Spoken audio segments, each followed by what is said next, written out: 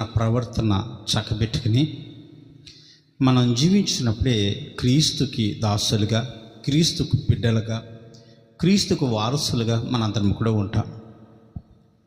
అయితే క్రీస్తును నమ్మేమని చెప్పి మనము పక్కదారి పట్టి మన జీవితాన్ని మనం కొనసాగిస్తూ ప్రతి వారము మందిరానికి వచ్చి పాటలు పాడుతూ, ప్రార్థనలు చేస్తూ, యాచనలు సమర్పిస్తూ, బైబిల్ చదువుతూ తిరిగి మళ్ళీ బయటకు పోయి యథాస్థితిగా మన పూర్వపు స్థితిగతుల్లోకి పోయి పూర్వపు యొక్క ప్రవర్తన, పూర్వపు యొక్క ఆలోచనలు, పూర్వంలో చేసినటువంటి పాప సంబంధమైన హేకిలు, వీటన్నిటిలో పాలిభాగస్థులమై ఉంటే క్రీస్తును నమ్ముకున్నంత మాత్రాన మనం పరిశుద్ధులము కాదు. ఎందుకంటే మనలో పరిశుద్ధత కావాలంటే క్రీస్తును నమ్ముకున్నటమే కాకుండా, క్రీస్తును నమ్ముకున్న తర్వాత క్రీస్తు ఎలాగైతే జీవించారో అలా జీవిస్తేనే మనం నిజమైన పరిశుద్ధులుగా ఉంటాం.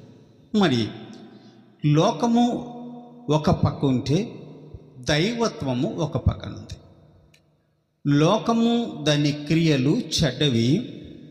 యేసుక్రీస్తు మార్గము, దైవాన్ని వెంబడించే మార్గం ఏదైతుందో అది కఠినమైనది, శ్రమలతో కూడింది.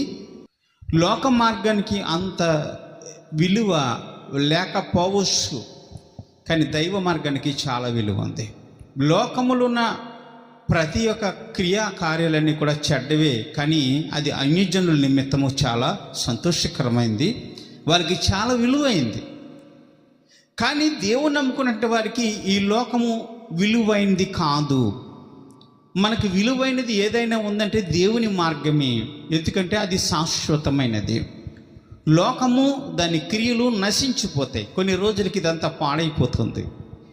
ఏ ఒక్క కార్యములో నువ్వు పాలుపంపులు పొందినప్పటికీ, లోకములో నువ్వు దేంతో పాటు సాంగత్యం చేస్తున్నప్పటికీ కూడా, లోకపు క్రియల్లో ఆనందించినప్పటికీ కూడా అవి కొన్ని రోజులకి నీలో ఉన్న ఆనందాన్ని తీసివేస్తాయి. అవన్నీ నశించిపోతాయి, శాశ్వతంగా నీతో రాదు. దేవునిలో చేసిన ప్రతి క్రియ, దేవునితో నడిచిన ప్రతి ఒక్క సమయం, ప్రతి ఒక్క నిమిషము కూడా నిన్ను పరలోక రాజ్యం వైపు నడిపిస్తూ ఉంటుంది. కాబట్టి ఇది మనకు చాలా విలువైంది. ఇది శాశ్వతమైన త్రోవ. ఈ శాశ్వతమైన త్రోవలో ఎన్నో ఇరుకులు, ఇబ్బందులు, ఆటంకాలు